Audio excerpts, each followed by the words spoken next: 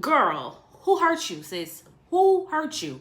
I am realizing why you're single and dating online is your best option right now, because baby girl, the screws are loose. The screws are definitely loose. But before we go ahead and get into the things, I need you guys to do me a favor. If this is your first time here, sit back, relax, watch the video through, and if you like what you see and you like what you hear, go ahead and hit that subscribe button. If y'all one of my lovely members or subscribers, hey y'all, how y'all doing? Let's go ahead and get into it. The Never Ever Met, season 1, episode 3. So Josh and Shay done hit up the boom boom room. Child, we knew that was coming. We knew they was on their way there as soon as she told them that they had one. So I'm not surprised, and I love that for them, okay? I don't see nothing wrong with a little bump and grind. Now, correct me if I'm wrong, right? But didn't Taronda tell them that they have relationship experts available for them? So why Aaron and Diamond feel like they need to step into that position? Are they getting paid for this? Because who are they to pull aside Sienna and Brandon to talk about their relationship? But baby, I guess it worked because we figured out some things. We realized that Sienna does have these communication issues that she says she doesn't have because she won't let Brandon talk. Even much so that they had to give them one of those little tools that be like, if you have it in your hand, then you're the one who can talk at that time. Even when she didn't even have the tool, the girl would not let that man say not one word.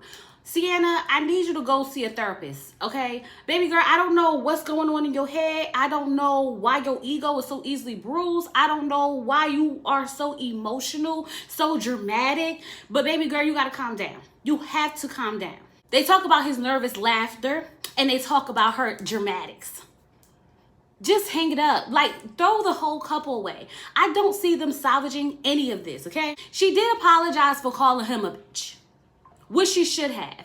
But you should have never said it in the first place. You should have never doubled down on it, because not only did you say it, you repeated it because you meant it. You look at that man as if he's weak. You want someone to grab you by your hair and buck up to you. That's what I feel like she wants. I don't know if it's the New York in her or whatever the case may be, but she wants a thug. That's what she needs.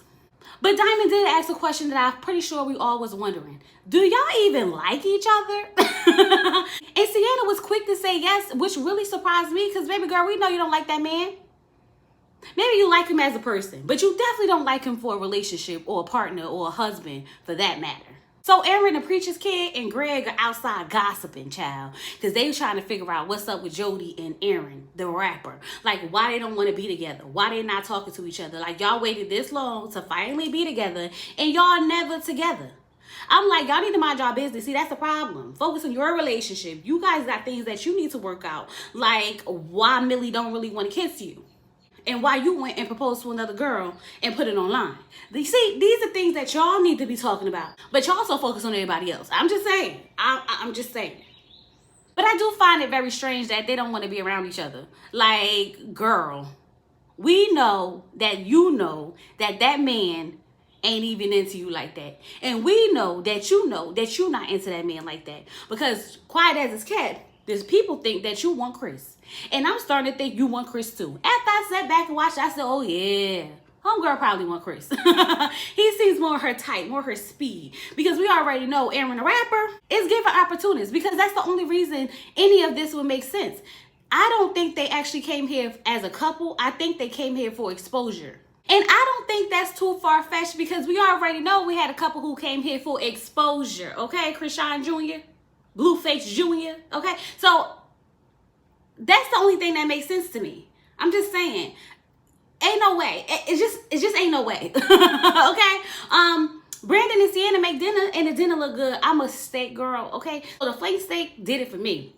And y'all know I'm a mukbang girl, so I was sitting there like, go ahead and eat it. Go ahead and eat it. But anyway, they sit there and they play a game. And the game is like, which couple is the most dramatic? And of course, everyone picks Sienna and Brandon. And while we at it, we might as well add on that they're the couple who needs couple therapy. I'm sitting here thinking like, y'all all need couples therapy. Even if y'all don't want to believe it, you all do. Because you all got some underlying issues that you need to work out. Because it's all going to explode towards the end. I see it coming. I feel it in my bones, okay? Because this whole show is a red flag. I'm just saying. But Aaron, the preacher's kid, said, you know what? I think Jody and Aaron need couples therapy too. Because they seem the most disconnected. And for some reason, that really got into Jody's skin. Because she was like, what you trying to say? Just because I don't want to be up under him all the time, I don't need to be up under him all the time. So she took offense to that. But it's like, girl, you don't want to be up under him at all. It don't even have to be all the time. It's at all. And that's the issue.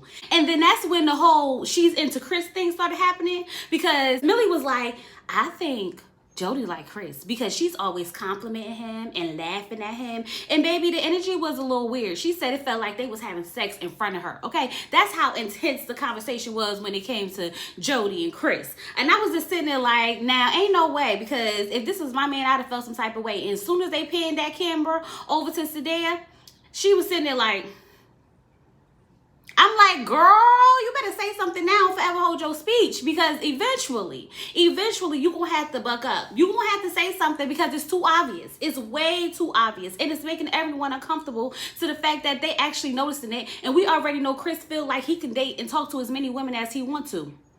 So you definitely should be worried about it, because like I told you, Jody and Aaron are here for opportunity, which means she could come in and take your man, and she might.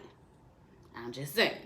And of course, all the other negative questions like who's the most toxic, who has the least chemistry, who argues the most, award goes to Sienna and Brandon. And I was like, damn, I don't want to be the couple that all the problems reside around. I would sit back and reevaluate everything and be like, you know what? We might not need to do this. Obviously, everyone's seeing what we're not seeing.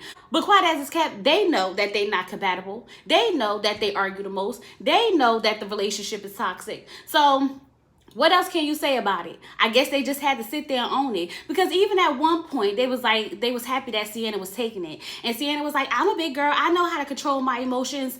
I'm gonna have to call bluff on that girl. I'm gonna have to call bluff. It's not giving you know how to control your emotions at all. So Tawanda comes in and she's like, it's time to bring virtual reality to real life, okay? So she tells them that they're going to be bringing in friends and families to meet each other, and Brandon and Sienna is up first. And I was like, of course they would be. Why not start with the couple with the most drama, okay? So Brandon's best friend Matt comes in. Brandon's telling him that they're in this loop of good and bad, okay? It keeps going around and around and around. 1 minute we good, and then next minute we bad. We having a good time, then we arguing. Like, it's like a continuous cycle, right? And Matt's a better friend than me, because once he told that man that she called him a B, and he was just like, oh, wow. I would have been like, it's time to go. It's giving red flags. If she could talk to you like this now and y'all not even in a relationship, imagine the things that she would say when she really gets to know you. When you start to open up and be vulnerable with her, and you tell her about your childhood traumas and your struggles and all the things of your fears and whatnot. She's the type that's going to use that against you. So I say run. I say run now. But you know, Matt was being a supportive friend and just holding his hand through this process. Like, I mean, I guess you got to see if it's worth it. It's not worth it. I'm just going to say it's not worth it. Okay. Meanwhile, the relationship experts, aka Diamond and Aaron, the preacher's kid, are talking to Shay and Josh. Now, normally I'm like, mind your business, but she was asking questions that we wanted to know, because like, what's happening with the baby that you had on her? Okay. He's talking about something. It was a roommate situation that happened, and the baby came out of it. What? So you were sleeping with your roommate? Because I'm trying to figure out, was this a one-time thing or was this an ongoing thing? It's giving, I live with my baby mama, but we not doing nothing. I live with my baby mama, but we not together. Because, like, how was it that you and your roommate slipped up and did the do? I wonder if she's still the roommate, because baby couldn't be me. Couldn't be me. I promise you they probably still live together. Okay? I promise you she probably was like, go on the show, get a little check, bring it back home to us, and we'll live happily ever after. Because that just didn't make no sense to me. It's giving red flags, and I'm trying to figure out why we not understanding what's happening. And Shay sitting there talking about something. I'm just glad he told me, and I respect that he told me, because he could have waited 9 months. Girl, what? Y'all been together for 12 years. He could have waited a whole 3 more years, and I told you absolutely nothing. And he probably wasn't going to tell you that he was sleeping with that girl, but the baby popped up. And he's a good man, Savannah, so he can't deny his children. You know what I mean? You know what I mean. If you ask me, I feel like Shay was just something on the side that he just used when he was bored. And all the other relationships didn't work out for him, so now he's decided to invest his time in her. Because there's no way you was talking to that man for 12 years and y'all never met each other till now. Make it make sense, because it's not making sense. Something about this is just not adding up. And I want to say it's cute, and I want to say the chemistry is there, and I'm sure it all is, but something underlining is missing. We're missing a big chunk of all of this. So Sienna brings her friend Gigi, who she's been friends with for 5 years, and they get to talking, okay? And she's telling her that the virtual relationship just isn't translating in real life, okay? She says that he thinks she's over emotional. And they both kind of agree, because she was like, yeah, heard it before. And we're like, yeah, girl, because you are. If everyone keeps telling you something about yourself, just go ahead and say I'm the problem. Just go ahead and say I'm the problem, because baby girl, you are the problem, okay? And I was just sitting here thinking to myself about how delusional we as women could be, because she sat there and she told the story about how, like, he said he was bored when I sat on him in a pretzel style, and how he was talking to Millie about me behind my back. And I'm like, girl, but you left out the part where you called him a bitch. You left out the part where you chose that position to literally sit away from him, not look at him or touch him, and made it seem like it was all him. See, that's where the problem is, because now best friend is looking at him sideways when we need to be looking at her sideways, because she put all these pieces in position. And you left out the part that you was talking to Greg while he was talking to Millie. And I don't understand why you're not comprehending that you were literally outside having the same conversation with Greg that he was having with Millie. Could it dawn on you at any point in time that that man was just venting and just having a conversation with the people in the house about the relationship?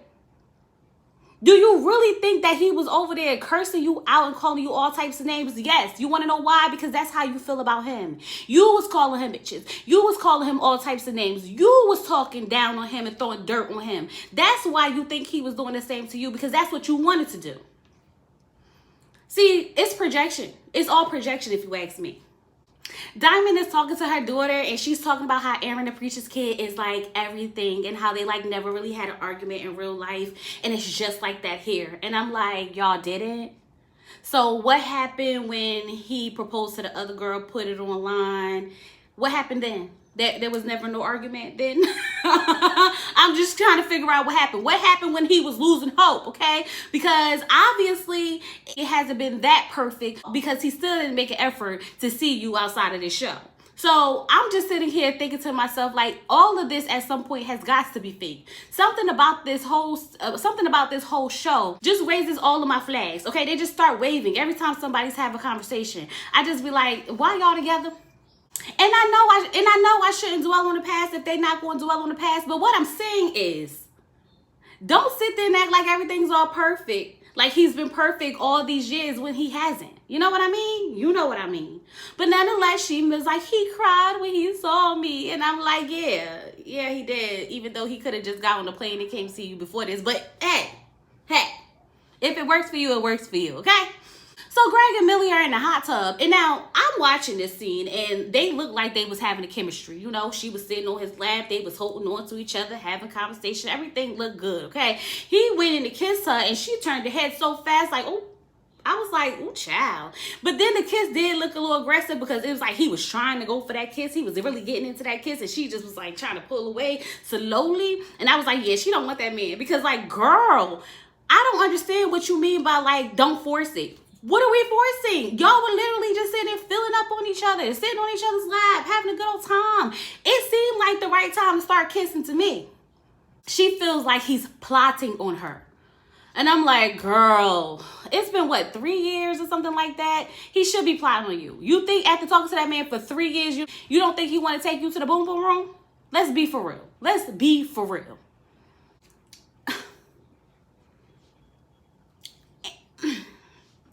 Aaron and Diamond go to the boom boom room, and baby,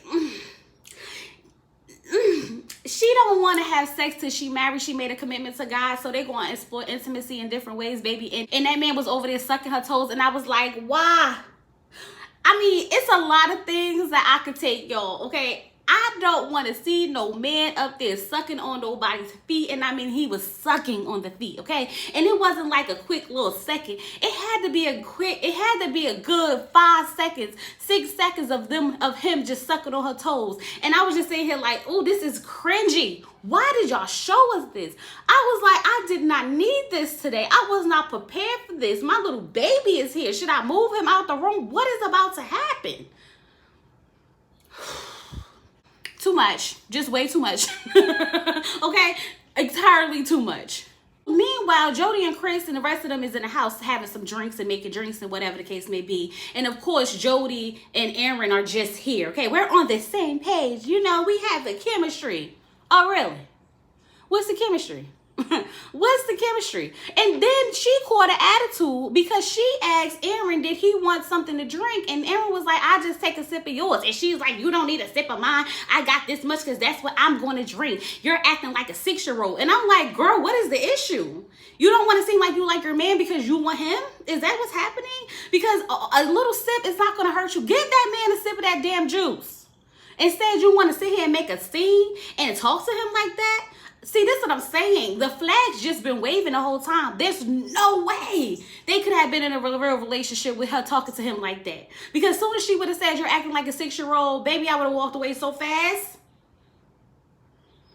But Aaron, looking at the bigger picture, okay? We here for the opportunity. So I'm going to stick it out and I'm going to let it ride. So Brandon goes to talk to Sienna. Sienna's been harboring on the fact that he said that she was boring. And I'm like, girl, you need to look at the whole picture. It was boring. We were bored looking at it. So I know he was bored with you just sitting there. Come on now. And he's like, he's trying to explain to her that he was just saying like that situation was boring, not her, okay? But she is so easily bruised that she really worked herself up about it, okay? Then she wants to ask him what he was talking to Millie about. What you was talking to Millie about. What you say about me. You was talking about me behind my back. You could have been saying anything. What you was saying about me. What you was saying about me. And he's kind of trying to tell her, but she won't let him talk. And I'm sitting here like, girl, if you give the man a second, he will tell you that he was just talking to her about the things that happened. She thinks that he was over there calling her bees and saying he hate her and all types of stuff. He put his foot up. Get your foot off my bed. Get your foot. I said, we need to get her evaluated. She went from 0 to 100 real quick. Sis, it's not necessary. All this is not necessary. So when he left out and he's talking to Chris is like, yeah, y'all might need to like try to hang it up. Especially when he told him that she called him a... He was like, yeah, no, we can't stand for that. We can't do that. And I think it finally hit Brandon that this relationship is just not going to work. So now she want to be even more dramatic and come down and throw down the flowers like he's supposed to get up and start crying like, don't throw the flowers. Don't throw the flowers. Girl, if you don't want that man, just say that. Girl, if you want to be in that relationship, just say that. Like, what are we really doing? It's time for y'all both to pack y'all stuff up and go home. Because this relationship is just not going to work. It's just not. Because why? All of that was unnecessary. And even if you felt some type of way about him talking to Millie, you can have that feeling. But communication, the way you talk about it, if you're going to ask a question, allow someone to answer. Do you have to be so aggressive? Do you have to be so assertive? Absolutely not. You could tell him, I felt uncomfortable when you was talking to Millie because I wasn't sure what you were saying. When you was talking to Millie, what was y'all talking about? Because it put me at, it made me feel uneasy. I felt like you were talking about me and I didn't like that feeling. There's a way to communicate how you feel and that way was not it. And this is why you're single in real life. She pissed me off so bad. So bad. And I'm just sitting here like every episode is something. Every episode is something because I got a feeling that these two gonna leave. And now we're gonna be up on Jody and Chris and trying to figure out what's going on with them two. So the plot is definitely going to thicken as the season go on. And I'm just gonna sit back and watch and see what's happening. But if you ask me, I don't believe none of this. I feel like all this has got to be fake somehow. It just gotta be. But with all that being said, we gonna keep watching. I'm gonna be back next week. So go ahead, leave your comments down below. Go ahead and like the video. Go ahead and subscribe to the channel. Hit that notification bell. And I'll come talk to you guys later. Peace.